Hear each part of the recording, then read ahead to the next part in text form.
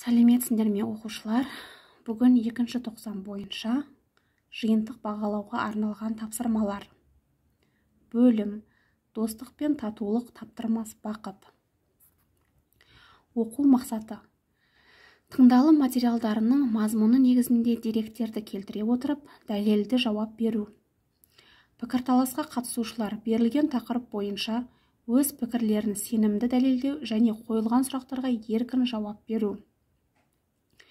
Бағалау критерийі: мәтіндегі ақпараттарды сәйкестендіреді, сұрақтарға мәтін мазмұны бойынша нақты жауап береді. Өз ұстанымына қатысты дәлелдер ұсынып, сұрақтарға жауап береді. Орындау уақыты 15-20 минут. Бірінші тапсырма. Мәтінді мұқият тыңдап, төмендегі тапсырманы орындаңыз. Бір тойым болатыны сөзсіз менің. Дәл қай күні екенін айта алмаймын. Мен әйтеуір бар жиған тергенімді бір тамаша той қылып өткерермін. Біздің үйді сол күні бетке алқауым, нысанаға ап қуаныш тоқталмауын. Мен бұл тойдан тілеймін жылап тұрып, қазынамда бір асым ет қалмауын. Мәтінді оқып болсаңыздар, бірінші тапсырма. Мәтін мазмұны негізінде сұрақтарға жауап беріңіз. Ақын тойына кімді шақырды? Жауабы: халықты, қауымды. Екінші сұрақ: өлеңде ақынның қандай тілегі көрінеді? Тамаша той өткізуді қалайды. Үшінші сұрақ: автор бойындағы қасиеттерді жазыңыз. Ашық, жарқын, қолы ашық, ақ көңіл. Екінші тапсырма. Досы көпті жау алмайды деген пікірмен келісесіз бе? Әлде келіспейсіз бе? Өз ойыңызды дәлелдеу үшін бірнеше аргумент ұсыныңыз. Құрметті оқушылар,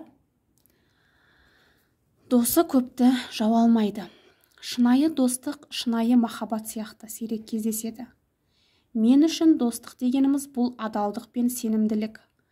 Нағыз дос жолдасына ешқашан опасыздық жасамайды. Ол әрқашан оған жанқияр болады.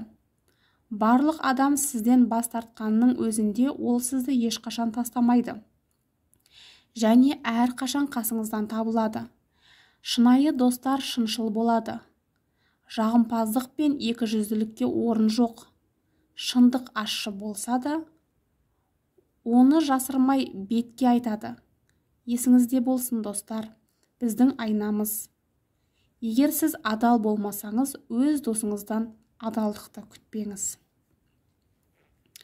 Құрметті оқушылар, екінші тапсырма бойынша жауап осылай болады. Ал енді бағалау критерийі.